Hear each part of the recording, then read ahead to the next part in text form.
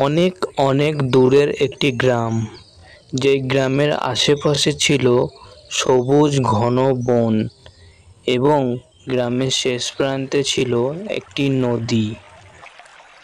ওই গ্রামে বাস করত তিনজন খুব ভালো বন্ধু, রেহান, মেঘলা ও টুটুল। একদিন রেহান দৌড়ে গিয়ে তাদের কাছে বলল, তোমরা দুজন এখানে বসে কি করছো? চলো চলো, আমি তো ভাবলাম আজকে নদীর ধারে তিনজন মিলে ঘুড়ি ওড়াবো। চলো চলো। কিন্তু রেহান, টুটুল, তোমরা দুজন কি লক্ষ্য করেছো গ্রামের গাছগুলো কিরকম দিন দিন শুকিয়ে যাচ্ছে? হ্যাঁ রে মেঘলা, ঠিকই বলেছিস, আমিও এটাই লক্ষ্য করছি। আচ্ছা, তোরা কি আর একটা জিনিস লক্ষ্য করেছিস যে গ্রামের পাখিগুলোও কিন্তু আগের থেকে অনেক কমে গেছে? খুব কম সংখ্যকই পাখি এখন গ্রামের মধ্যে দেখা যায়।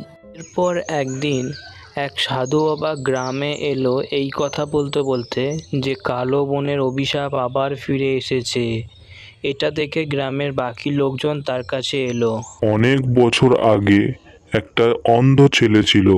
সে অন্ধ বলে কেউ তার কাছে থাকতে চাইছে না, সবাই তাকে ছেড়ে দিয়ে চলে গিয়েছিল। এই জন্য সে দুঃখ পেয়ে ওই জঙ্গলের দিকে চলে গিয়েছিল। জঙ্গলে যাওয়ার পরে সে প্রচুর পরিমাণে কালী শক্তি পায়, আর এই কালী শক্তি পেয়েই সেই এই জঙ্গলকে কালো বনে পরিণত করেছিল। আচ্ছা দাদু, সেই জন্যই কি এই গ্রামের সমস্ত গাছ শুকিয়ে যাচ্ছে? আচ্ছা, আমরা তিনজন যদি এই বিষয়টা নিয়ে একটু ভেবে দেখি, আমরা কি তাহলে এটাতে কিছু করতে পারি? তোরা দুজনে কি ভাবছিস? তোরা কি মনে করেছিস তোরা কালো বনে গিয়ে এই সমস্যার সমাধান করতে পারবি? এরপর তারা তিনজন মিলে গ্রামের একটি গাছের তলায় বসে এই বিষয়টা নিয়ে আলোচনা করতে লাগলো। এরপর রেহান বলল, আচ্ছা, তোরা কি কালো বনে যাওয়া নিয়ে কিছু ভাবলি? আমি তো ভাবছিলাম যে আমরা সবাই যদি একসাথে থাকি তাহলে হয়তো এই সমস্যাটার সমাধান করতে পারবো। তোদের কি মনে হয়? হ্যাঁ রিয়ান, তুই ঠিকই বলেছিস। আমরা সবাই যদি একসাথে থাকি তাহলে কালো বন আমাদের কোনো ক্ষতি করতে পারবে না। চল সবাই মিলে। ঠিক আছে, তোরা যখন এত করে বলছিস আমি তোদের সাথে যাব, কিন্তু আমার একটা শর্ত আছে। তোরা কখনো আমাকে একা একা ছেড়ে চলে যাবি না আগে আগে। এই বলে তারা আস্তে আস্তে ঘন কালো বনের জঙ্গলের দিকে এগিয়ে গেল। তারা যতই বনের মধ্যে ঢুকছে ততই সবকিছু যেন অন্ধকার লাগছে। আমাদেরকে খুব সাবধানে পা ফেলতে হবে, মনে হচ্ছে যেন পথটাই চলছে। ওদিকে দেখো, মনে হচ্ছে গাছটা যেন আমার দিকে তাকিয়ে আছে। আরে আমি তো তোদেরকে অনেক আগেই বলেছি, চ ফিরে চ। একটু একটু করে তারা জঙ্গলের গভীর স্থানে প্রবেশ করছে। হঠাৎ তারা একটা আওয়াজ শুনে চমকে উঠল। এরপর তারা দেখলো যে আসলে ওই আওয়াজটি ছিল একটি গাছের। গাছ তাদের সাথে কথা বলছে। তোমাদের মধ্যে থেকে বন্ধুত্বের গন্ধ পাওয়া যাচ্ছে মনে হচ্ছে। তোমরা কি সত্যিই খুব ভালো বন্ধু? গাছের সাথে সাথে কথা বলতে বলতে হঠাৎ ঝড় তুফান শুরু হয়ে গেল। চারিদিকে ভয়ঙ্কর আওয়াজ শোনা যাচ্ছে। কালো বনের কালো ছায়া যেন ওপেন হয়ে এসেছে। মেঘলা, ছায়ারা আমাকে ঘিরে রেখেছে। আরে আরে, আমার খুব ভয় করছে।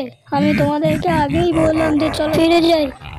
পর মেঘলা বুঝতে পারলো যে আমরা যত ভয় পাচ্ছি তত বেশি করে এই কালো ছায়া আমাদেরকে ঘিরে ধরছে।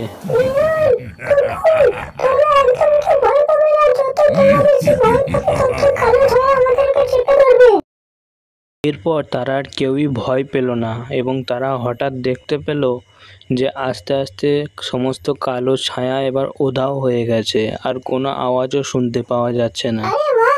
দেখলে, আমি বললাম না যে যত বেশি ভয় পাবে তত বেশি করে কালো ছায়ারা চেপে ধরবে।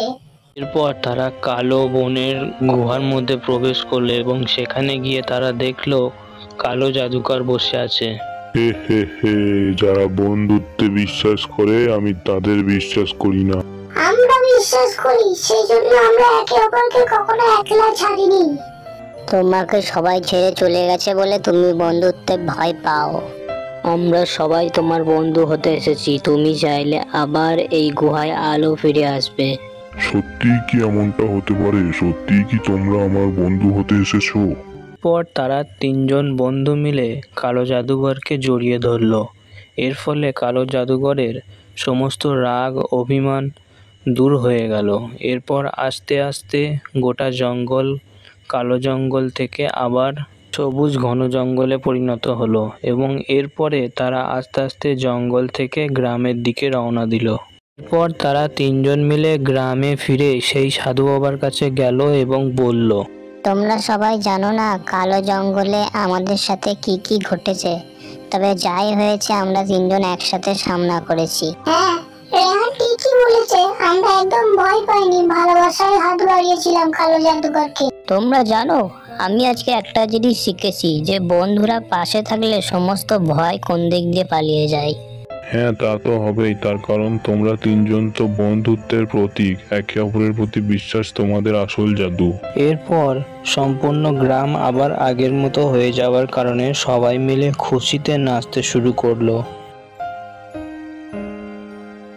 তো বাচ্চারা, আজকের এই গল্প থেকে আমাদের শিক্ষা হলো বন্ধুত্ব মানে শুধু হাসি ঠাট্টা নয়, বিপদে একে অপরের পাশে থাকা।